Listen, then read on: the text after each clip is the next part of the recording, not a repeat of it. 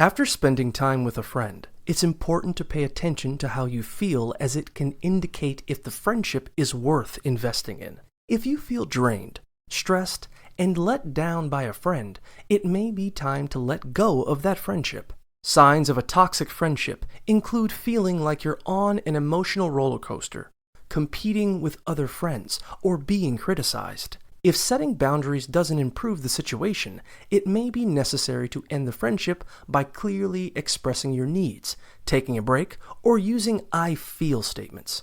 Friends naturally grow apart due to different life stages, interests, and goals, so it's okay to part ways.